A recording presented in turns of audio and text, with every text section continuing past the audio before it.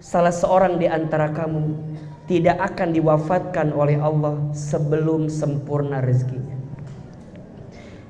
Berarti selama kita hidup berarti masih ada catatan rezeki untuk kita. Nah, begitupun rumah tangga, sendiri aja rezekinya ada, apalagi rumah tangga. Pertanyaannya, Ustadz, waktu saya belum rumah tangga rezeki saya lancar, tapi setelah rumah tangga kenapa ada masalah? Ada nggak yang begitu? Ada nggak? Jelas nggak cara berpikirnya? Sendiri aja rizkinya ada. Kan harusnya kalau kita udah menikah rizkinya tambah baik kan? Nah pertanyaannya kenapa? Kan kata Ahilman kalau rumah tangga rizkinya tambah baik, tapi yang ada malah tambah nggak baik. Gimana cara memahaminya ini?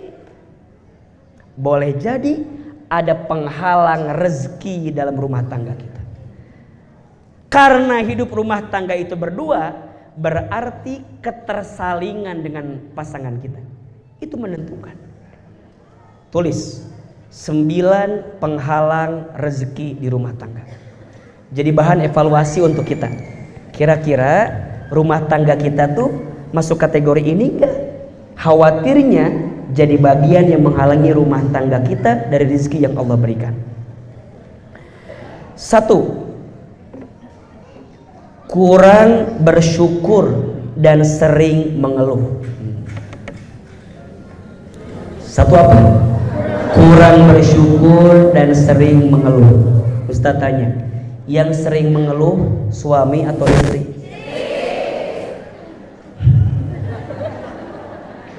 Jawab. Yang sering mengeluh suami atau istri? Maka mohon maaf, bunda sayang, teteh sayang, boleh jadi yang menghambat datangnya rezeki ke suami kita karena mengeluhnya kita terhadap rezeki yang Allah berikan kepada kita. Hati-hati ya. Bahkan di antara yang membuat istri itu tergelincir masuk ke dalam api neraka, apa salah satunya? Karena seorang istri itu tidak pandai berterima kasih kepada suaminya atas apa yang suaminya berikan. Makanya bunda, biasakan ya, mulai hari ini suami kita memberi sebesar apapun sama kita, ucapkan kalimat terima kasih. Sok, Ustadz mau tanya, hari ini udah bilang makasih belum sama suami? Makasih buat apa? Ya Allah. Bunda sayang, teteh sayang, jadi suami itu berat atau tidak? Jadi suami itu saat dia menikah mengatakan saya terima nikah dan kawinnya Fulanah binti Fulan dengan mas kawin sekian dibayar tunai, apa artinya? Ya Allah, mulai detik ini saya terima semua kebaikan istri saya dan saya siap menanggung keburukan istri saya. Jadi suami itu berat. Please, jangan nambahin beban. Jadi bukan hanya urusan dunia, maaf simpel bunda, urusan akhirat. Ini bunda akan ditanya sama Allah ke suami, suami, ini istrimu bukan? Bukan ya Allah. Coba gimana kalau begitu jawabannya? Itu insya ada ya Allah.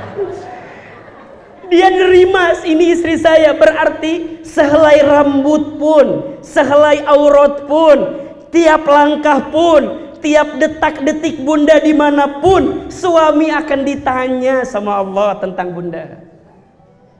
Makanya bunda jangan marah kalau suami merhatiin kita, karena dia sayang sama kita. Apalagi urusan akhirat. Kita mah kadang-kadang mohon maaf ya, suka mikirnya hanya dunia saja.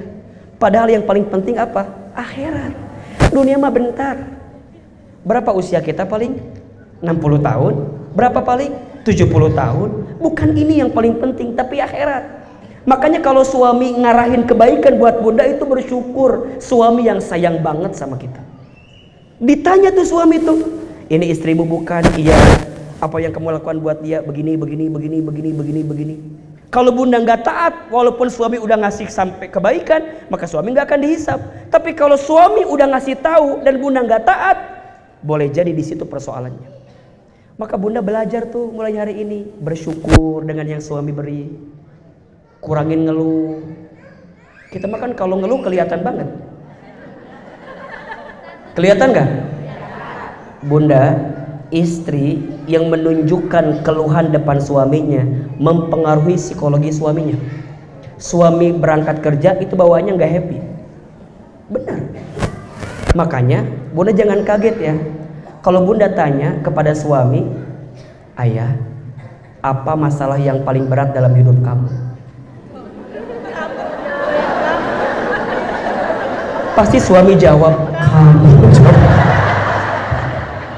Serius. Maka bunda jangan kaget ya. Pernah isi training bunda tentang problem manajemen masalah. Di hari pertama teori, hari kedua tuh praktek. Di hari terakhir saya bilang gini, Bapak, besok tolong bawa ke ruangan ini masalah yang paling berat dalam hidup Bapak. Besok pagi saya kaget, di ruangan banyak ibu-ibu. Saya teh, aja banyak ibu-ibu gini, kok banyak ibu-ibu gini? Saya bilang, Pak, kok banyak ibu-ibu? Kan kata Ustadz kemarin bilang katanya, tolong besok bawakan masalah yang paling berat dalam hidup saya. Terus saya tanya, emang kenapa? Asal Ustadz tahu, ini masalah yang paling berat dalam hidup saya. Jadi ternyata, Masya Allah, ibu tanpa disadari, ibu tuh berat masalahnya. Benar. Maka ibu jangan kaget ya, dan jangan pede dulu, jangan GR dulu. Kalau suami ibu naruh foto ibu jadi wallpaper di HP, di dompet ada foto ibu, jangan GR. Justru itu adalah penguat bagi suami ibu. Jadi kalau di kantor ada masalah, dia lihat foto ibu. Seberat apapun masalah saya di kantor, ini lebih berat masalahnya ya.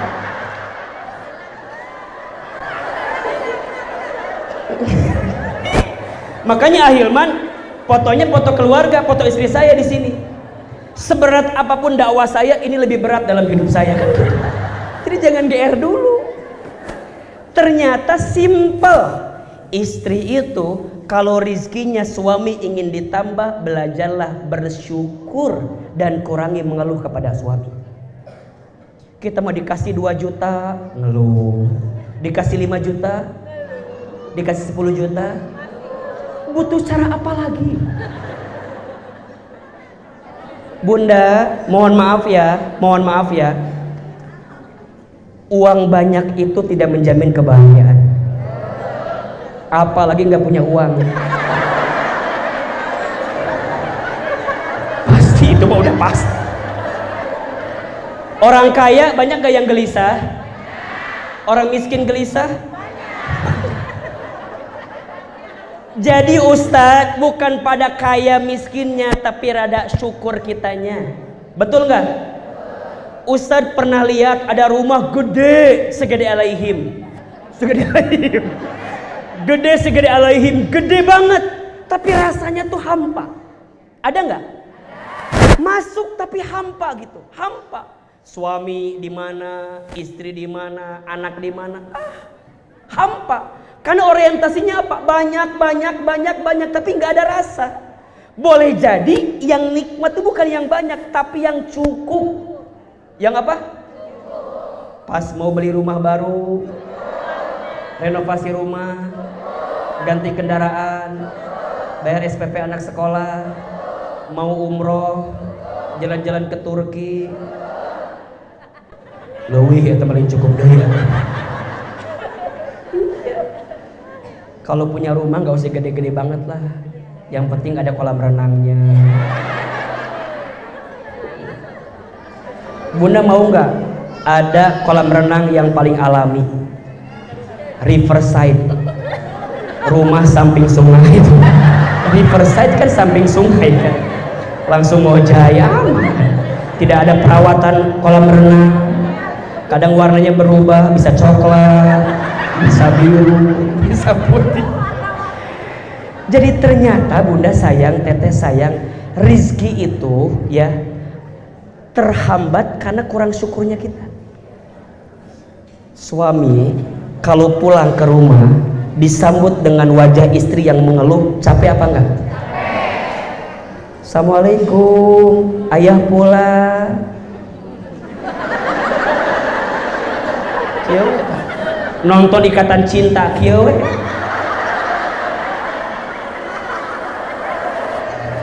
Kalau suami pulang kecepatan, jam segini udah pulang, dasar eueuh gawe meureunnya sekali.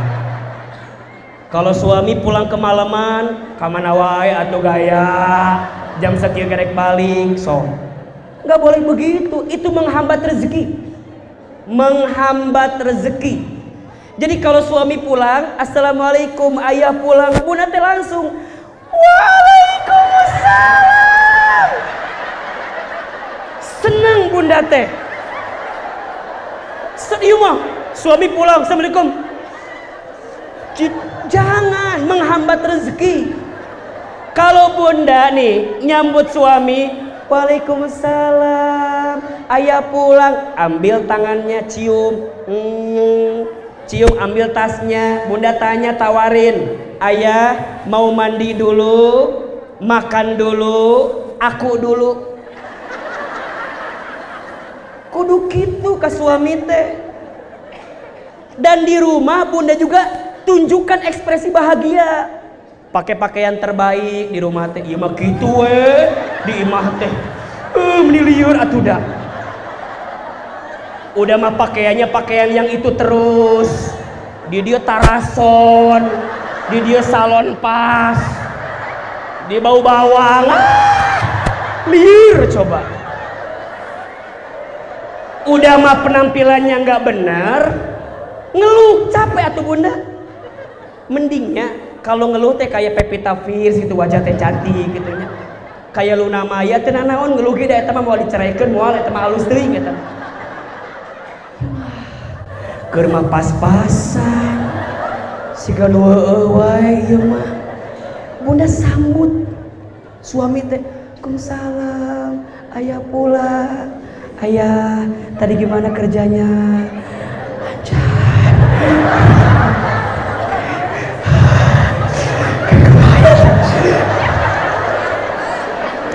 Kalau suami ada masalah, jangan ngerepotin. Iya mah, punten ya. Bunda kadang-kadang suami ada masalah, ditanya ku kita teh. Ayah kunaon? Ayah kunaon? Ayah kunaon? Suami tehnya, bunda sayang, teteh sayang. Kalau sedang ada masalah, gak mau cerita sama kita. Maunya dia diem, tenang. Maka mohon maaf, kalau suami pulang ke rumah, di rumah tidak mendapatkan ketenangan, maka dia akan mencari ketenangan di luar rumah. Matakna bunda kudu menenangkan, minimal ucapan menenangkan. Kan bunda pernah dengar cerita Ahilman ketika bunda Khadijah radhiyallahu anha menyambut Nabi itu. Tahu kan kisahnya? Satu kali Nabi itu kan lagi di Gua Hiro, dapat wahyu yang pertama, Iqra, Iqra, Iqra. Nabi takut karena nggak ada orang. Lihat ke depan nggak ada orang, ke samping nggak ada orang, ke belakang nggak ada orang. Kebayanglah bunda lagi di rumah sendiri, ada yang manggil, "Ujur, ujur." Kan pasti merensiun, kita juga takut. Sama, Nabi itu ketakutan pas lihat ke atas ada Jibril yang datang. Apa kata Nabi? Ma'an Nabi Qori, aku tidak bisa baca.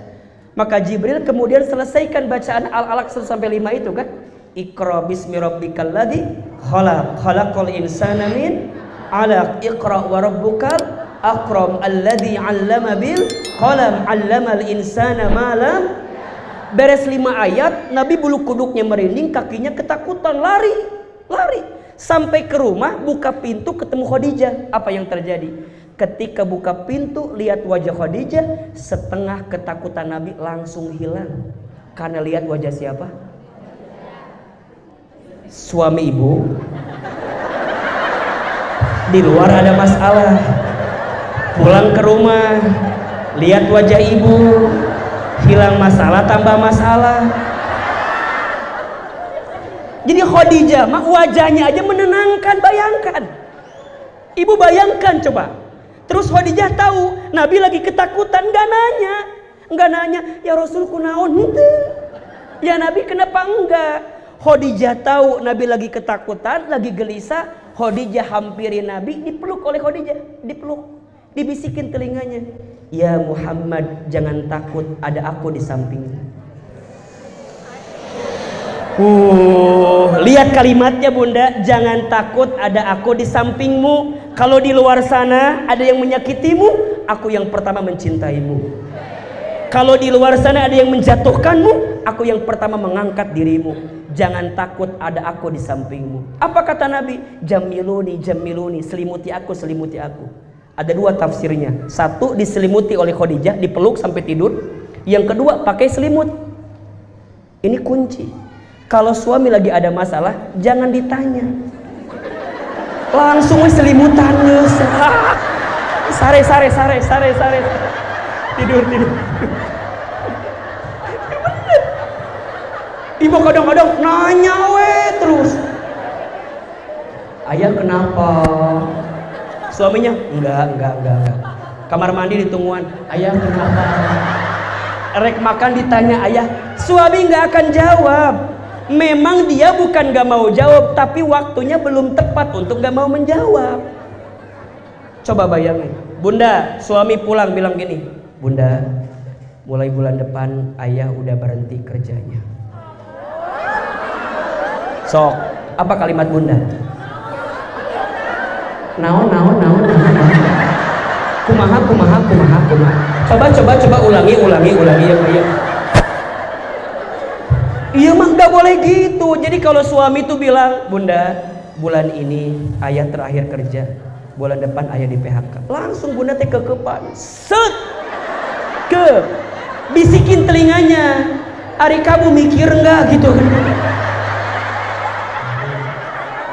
Masalah wae dan naon.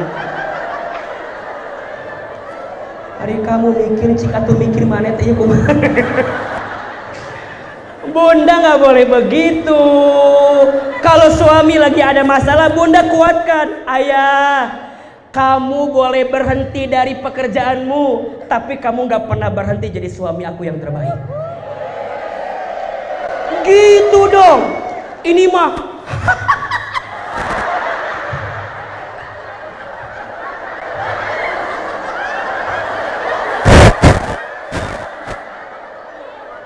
kadang-kadang, Bunda, bulan ini ayah terakhir kerja. Apa? Ayah, rumah kita cicilannya sekian, kendaraan kita sekian, anak kita SPP sekian. Kalau kamu nggak mampu ya udah Allah gue. Itu yang menghalangi rezeki. Lihat, catat ya. Bunda suka bilang begini, ada uang abang, nggak ada uang abang, mohon izin ya, Bunda nanti nikah lagi dengan yang lain, rizkinya pasti sama. Catat baik-baik. Jadi kalau Bunda ganti suami nih sekarang nih, gara-gara Bunda nggak nerima urusan rezeki, Bunda ketemu dengan yang mana? Karena rizki takarannya sama, ketemu dengan yang manapun pasti sama. Makanya masing-masing istri itu bawa rizkinya masing-masing. Sok aja lihat, Ahilman sekarang punya istri yang di rumah, rizkinya Allah berikan yang baik. Saya nikah lagi dengan yang lain, belum tentu. Makanya saya belum mau poligami.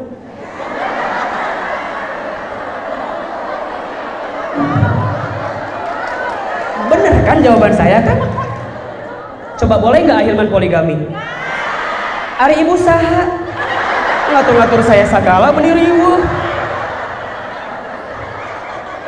Enggak, saya mau menggambarkan kepada Bunda, teteh sayang, masing-masing istri, masing-masing suami bawa rezekinya masing-masing. Betul nggak? Sikap bersyukur dan tidak mengeluh dengan rezeki yang diberikan itu akan mempercepat rezeki datang. Tapi kalau kita ngeluh dengan siapapun, mohon maaf, karakter itu kan yang susah dirubah. Makanya kalau Bunda sekarang punya anak, kemudian dia nyari calon pasangan, jangan hanya lihat bagaimana keadaannya dia sekarang, tapi lihat karakternya dia.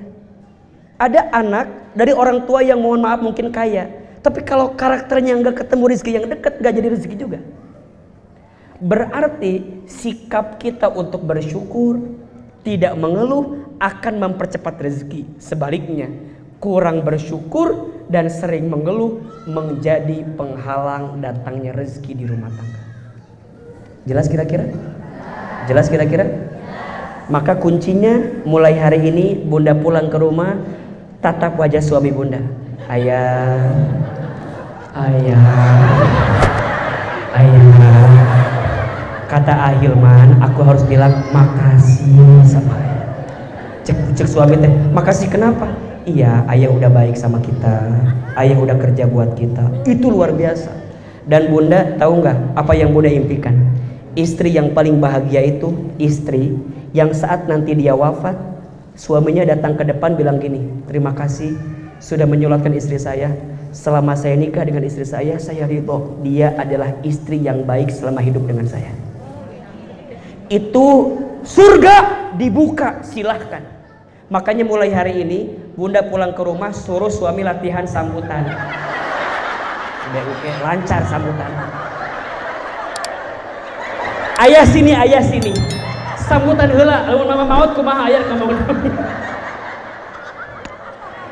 Dah, nya suruh sambutan.